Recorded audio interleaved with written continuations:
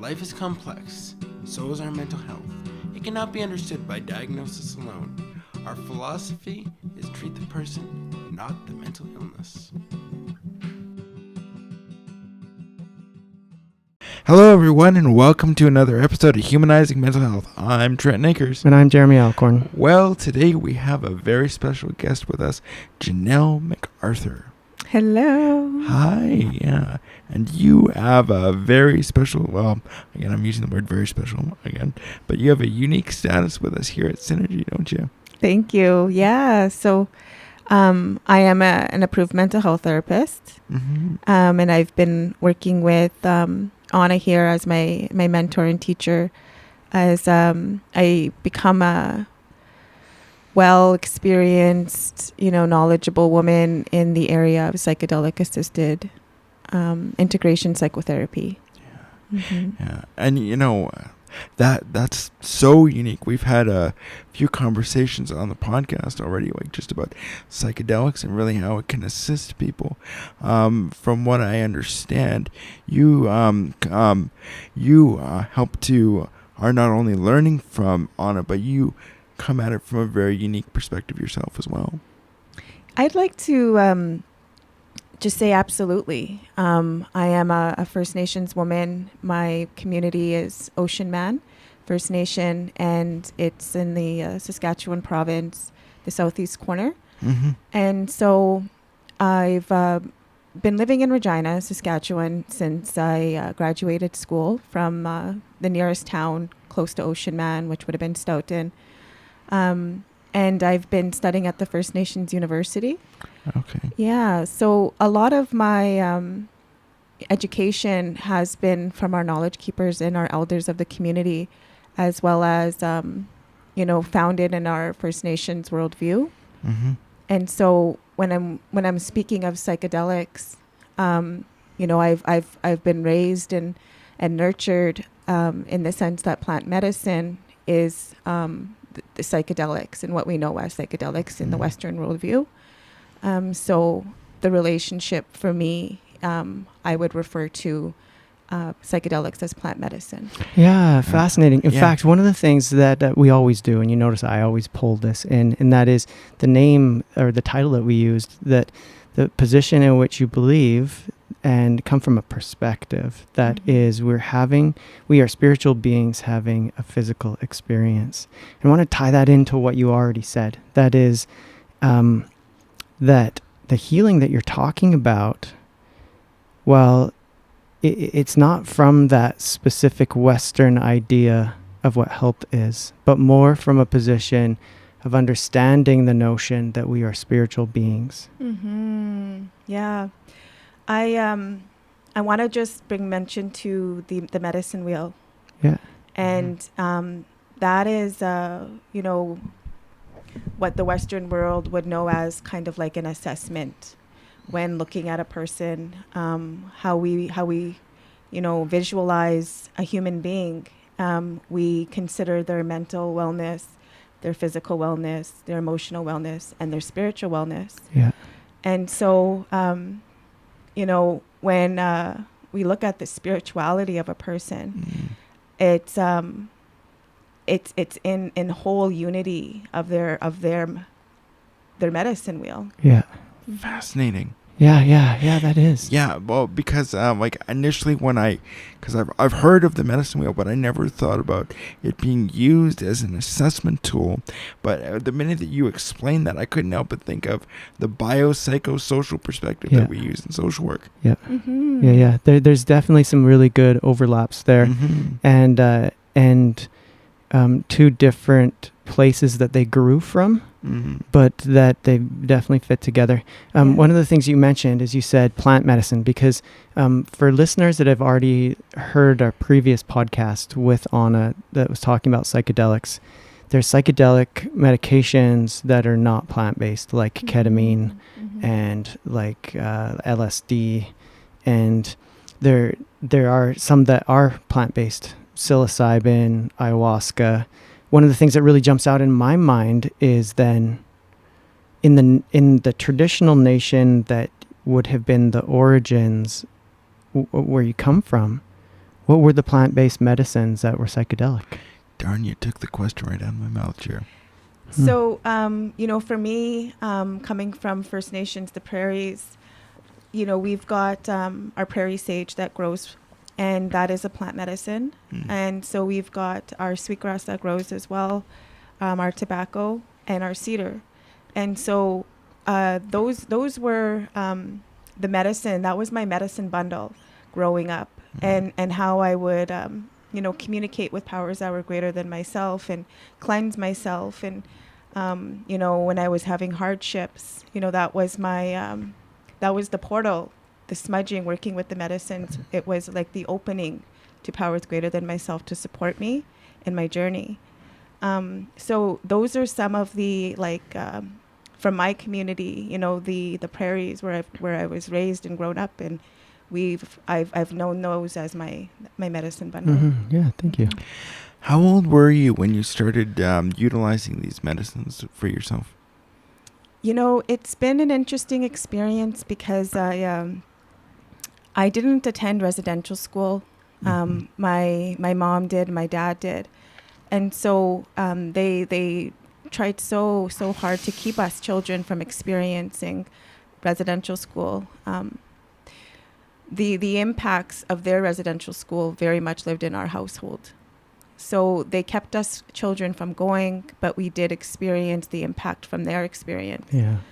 And so as children, we didn't have opportunities to fully immerse ourselves in the traditional cultural teachings because of the processes that my parents were going through. And so when I was about 26 years old, I was having therapy and really starting to explore, the void that I felt, this longing and yearning and this hollowness in my chest. And I sat with a therapist and, we unpacked a lot of sorrow and grief and hardships. And, one of the realizations was I didn't know who I was. And I was just, kind of going through life without a secure understanding of myself and what I was here for in regards to purpose or, gifts. And so my journey began when I went to an elder, and he had a sweat lodge, and I sat with him and I explained to him that I've had this hollow void, this really hurtful, difficult feeling, sensation in my chest. And it kept me awake at night. It kept me from sitting still and calm, finding peace. And I offered him tobacco, and that's our medicine, and that's how we ask for support from our elders for cultural teachings, is we offer the tobacco. And he welcomed me to come and experience Sweat Lodge ceremony. And in that ceremony, he will support me to awaken my spiritual name, the name of my spirit.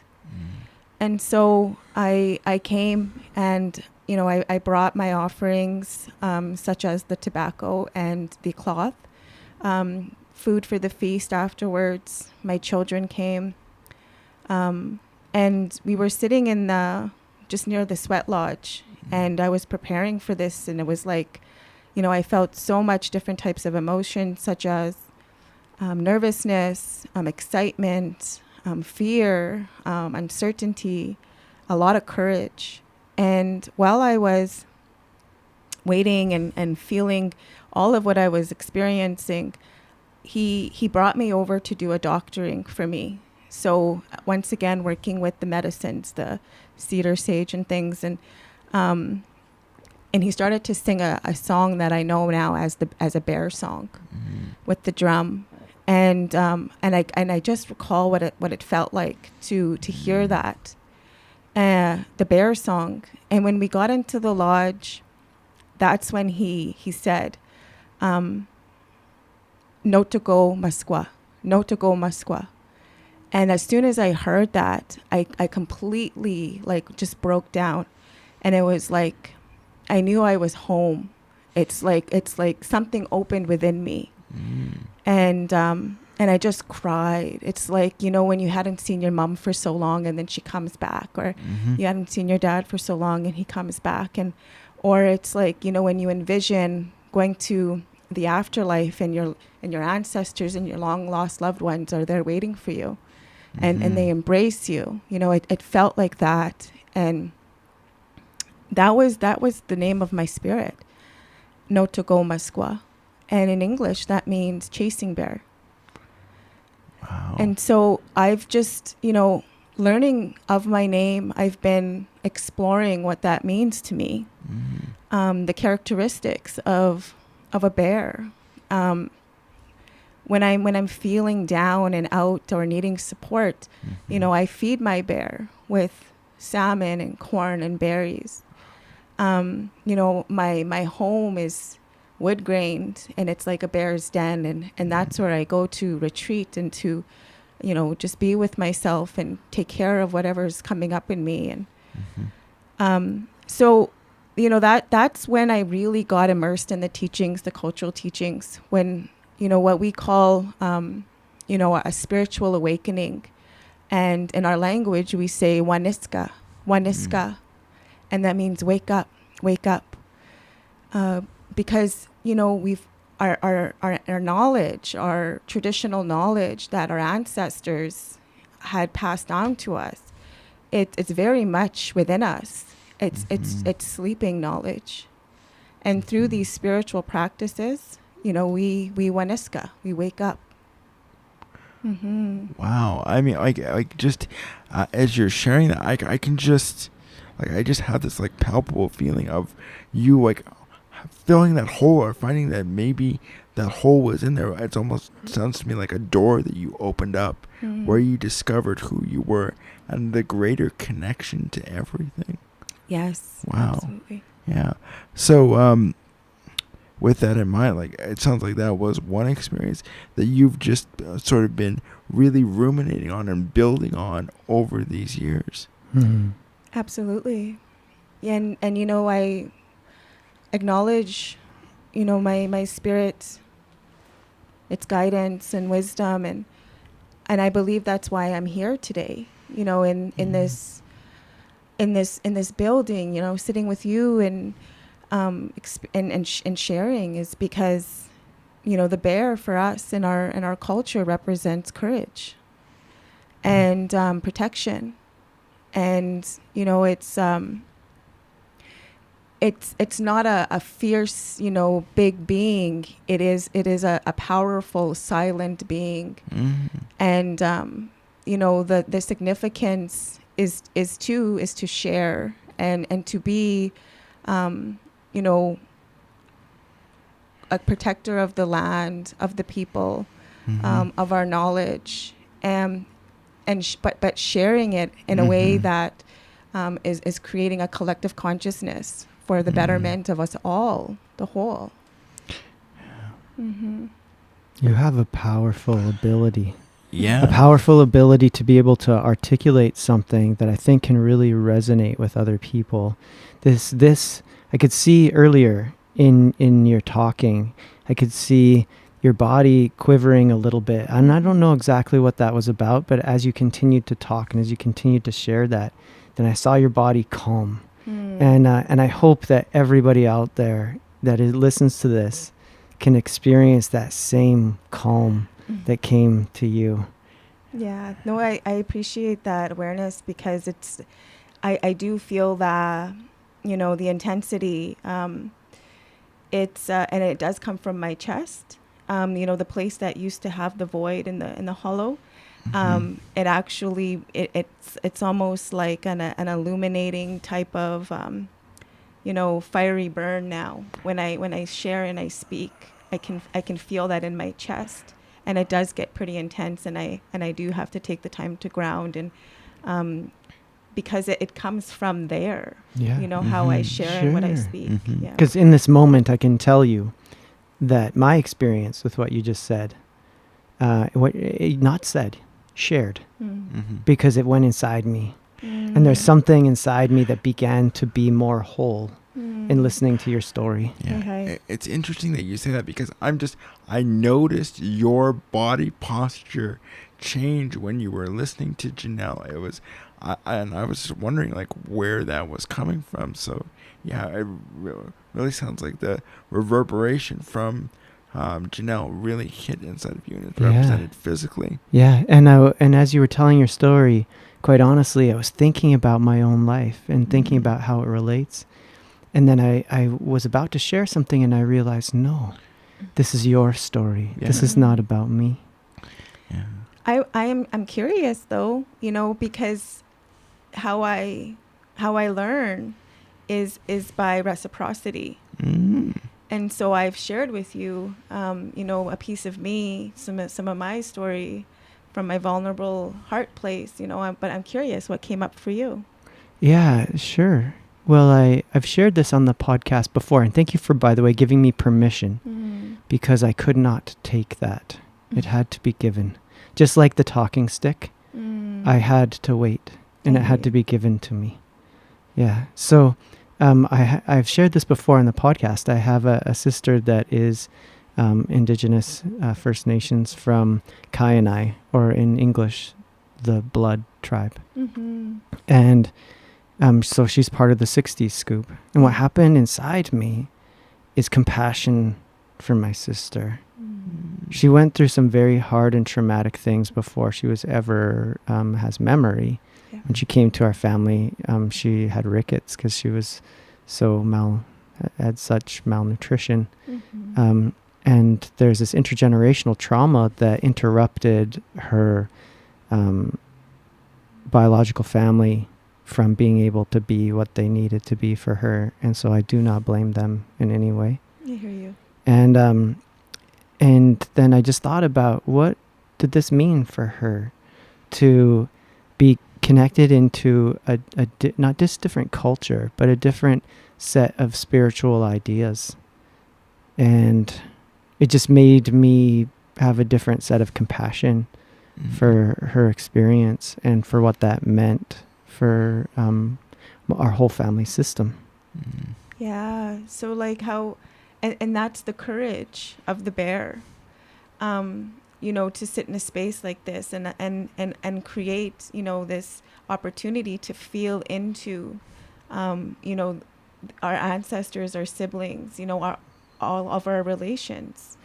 And that's, significant for us in our culture, is understanding all our relations. And we're not feeling for them, we're feeling with them.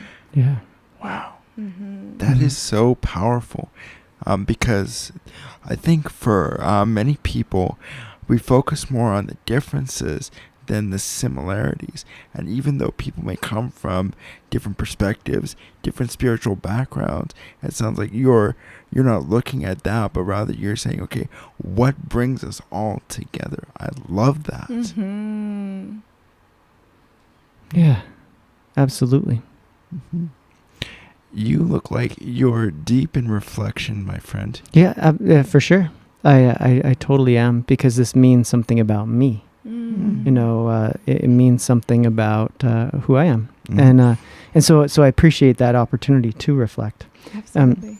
I would like to give that focus, or that talking stick, back to you. Okay. Yeah, I'm also reflecting on our question, and our intention for sitting here today, and getting to know each other deeper, and getting the connection that we're experiencing right now. And I was thinking about a physical body, and so as much as we've understood the body, mind and spirit, the body, mind, and soul, there's, looking at the medicine wheel, the mental, emotional, spiritual, physical body. And when we're working through healing, it is to create, this unison. And so when we're looking at the body, the best way that I know how to explain this is, it's like a vessel. And so there's your body, there's your mind, as I touch my head here, and your emotions, and I kind of put a flowy type of, movement around my entire body, because emotions run through the body. And then you've got your spiritual self, right in your heart space. And so your body is the vessel that carries all of that within it. And so when we're looking at our physical self, what are we putting into our bodies? When we're looking at our nutrition, our sleep, are we taking the time to rest and rejuvenate? Are we, being gentle with our skin, and just even, how we go ahead and get through the day with our cleaning the house and, preparing food. And it's like our bodies are what drives us in this life. It is like a vehicle, I suppose. We've got all of the inner workings that are going on behind the scenes, but our bodies are our first point of contact. So it's like taking care of our physical self supports our spiritual well-being, our emotional well-being, and our mental well-being. I'm thinking of, cigarettes, alcohol, and substances, that really sets the entire being out of whack, whether it's, the physical, the mental, the emotional self. And so our spirits reside within this vessel. And so that's why it's so precious, and we care for it. We nurture it. Mm-hmm. Yeah. In fact, as you said that, one of the things that I thought about is that you talked about part of your healing being a sweat lodge, correct?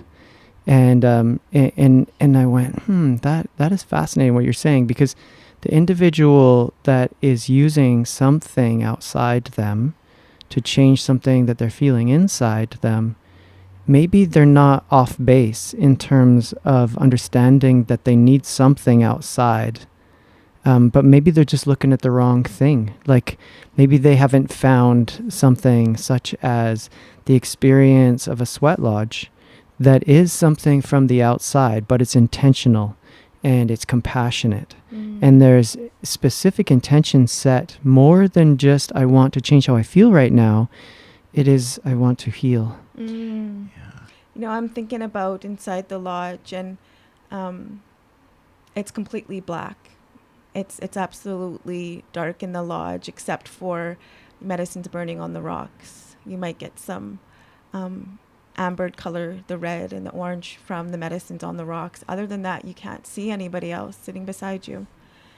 So you're ultimately just experiencing your own essence, your own being, collectively, while others are experiencing themselves. It's like this dual process. Mm-hmm. I am with me, and I'm with others, but in a parallel journey. Yeah. Absolutely. And in a parallel journey. Yeah, and like as soon as you said that, it made me think of how uncomfortable so many people are in Western society, sitting within themselves and feeling their own biological or intellectual internal regulation. And I'm not even talking about people that have experienced trauma, but just being able to sit in silence and connect with yourself. Or you're describing maybe even the essence of trauma. That is maybe people don't, what people would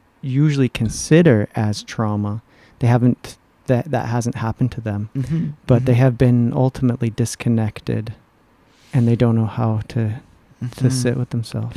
Yeah, and just finding that internal homeostasis again. Yeah.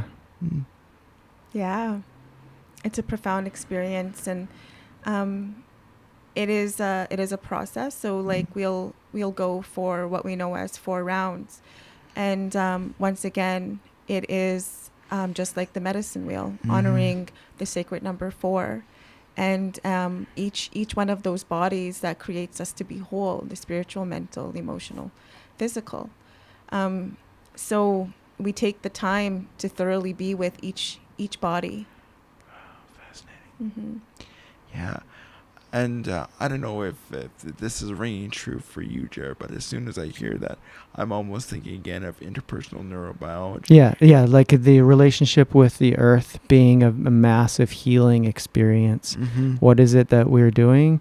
We're literally grounded on the earth, Mm-hmm. and we have set this this dome Mm-hmm. that protects us from anything outside there, and we create a very specific experience with the earth that involves heat and that involves water. Mm-hmm. And yeah, absolutely, like when you think about it through that lens, it totally makes sense to me that this might not be the lodge might not be a specific like plant-based medicine, but there it could, because there's plant-based medicine possibly involved, right? And you're burning it, but it is in and of itself a medicine. Mm-hmm. Absolutely. Mm-hmm. We sit on her.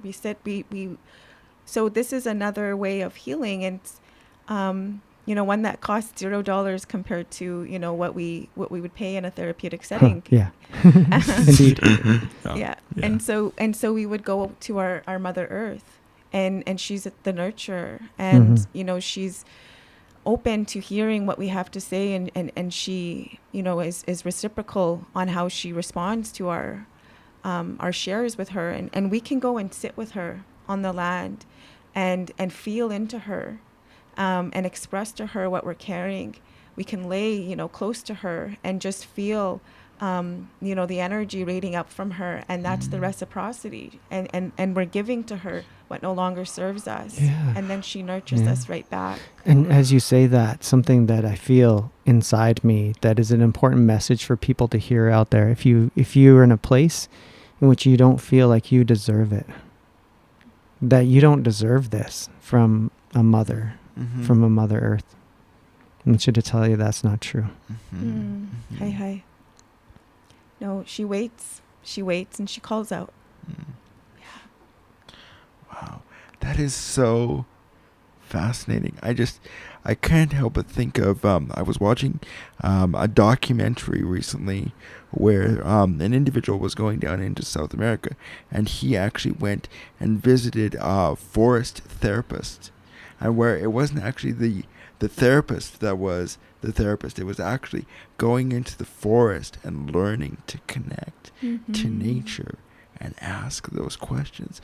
And how many of us, where we just need to connect to that grounding, that mother, that forest, and be open to those questions, because that nature has those answers. I just wanted to make mention to, we were talking about the essence of trauma, and perhaps there could be some resistance to speaking to like a physical human being because of traumatic events, and the idea of talk therapy, sitting in a session might not be a route that they're able to journey through right now because of traumatic events. So exploring these ways of sharing, whether it's with a tree, whether it's with our Mother Earth, whether it's with a bird, whether it's with a four-legged. When we pray for our two-legged, our four-legged, our swimmers, and our crawlers, and all of our plant beings, because those are all available and readily wanting to support us in our healing. And so for so long, we thought we just needed to speak with a human, and go through a therapeutic process with a human. But we've got so much more that are just waiting for us to come in and share our hurts with. Yeah, and I think that that all of those beings could all have lessons and knowledge to teach us. Absolutely, they do. And it's and it comes in the ways that our English language, our verbal communication has difficulty even articulating, because it comes to our bodily sensations, our spiritual fulfillment, and the emotions that come up within us when we're going through this journey with, a being other than a human. Mm-hmm. So, language has always been very significant to us, and it's because it doesn't get too complicated. It's we don't need to find the words to explain what's happening inside. We can look at each other and we know, because of how in tune we are. We can feel there's a resonating language that's happening beneath the surface. Yeah, the felt sense. Mm-hmm. Yeah, absolutely. It's beautiful. So I think this has been such a packed conversation. Yeah. It's amazing how much in this time has come into this conversation. And I'm wondering, so in your role in Psynergy, being clear, that you talked about connecting and having a mentorship with Anna, but actually it's a reciprocal thing, just like you said, Absolutely. in which she wanted to be able to have a chance to learn from you too. Yes. And your time here actually isn't much longer, correct?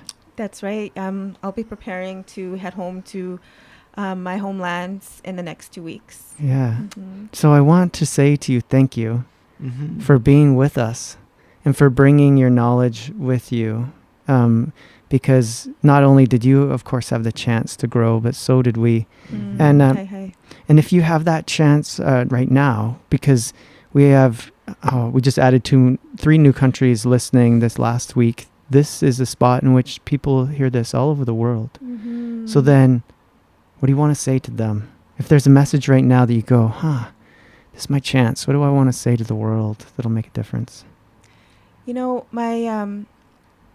My hope is that, through listening and taking the time to go through all of the information, all of the knowledge sharing that we've had here, taking the time to just really honor where you're at in this moment, and however you choose to reflect on what came up within you.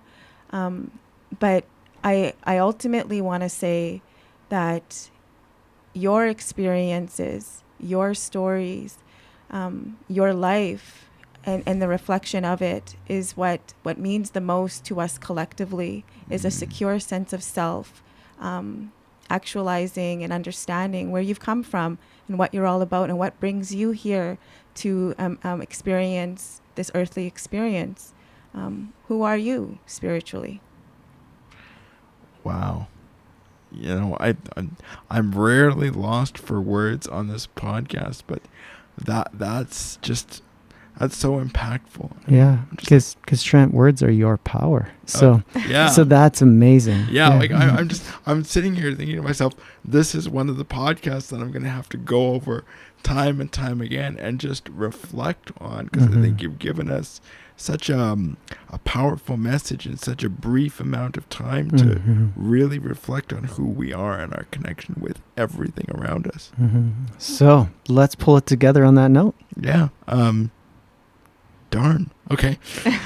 Pressure. I just want to say, thank you for coming in. And one thing that really resonates for me is just the fact that, even though I'm a therapist, the fact that you say that you just need to go out and connect with nature. Now that it's summertime, I think that that's something that really, this is a perfect opportunity, especially even for myself, to go out and do that. And I would recommend for people to do that as well. What about for you, Jer? Yeah, absolutely. The biggest thing that stands out to me was a story of healing, and everybody needs an example to follow. And your example might be something that then resonates with someone in their ability to heal. And that's what's going to resonate for me. Yeah. Well, on that note, I'm Trent Nakers. And I'm Jeremy Alcorn. See you next time. Thank you for joining us today. We hope that this message has been as meaningful to you as it has been to us. If you're looking for help, you can find us on Facebook at Humanizing Mental Health.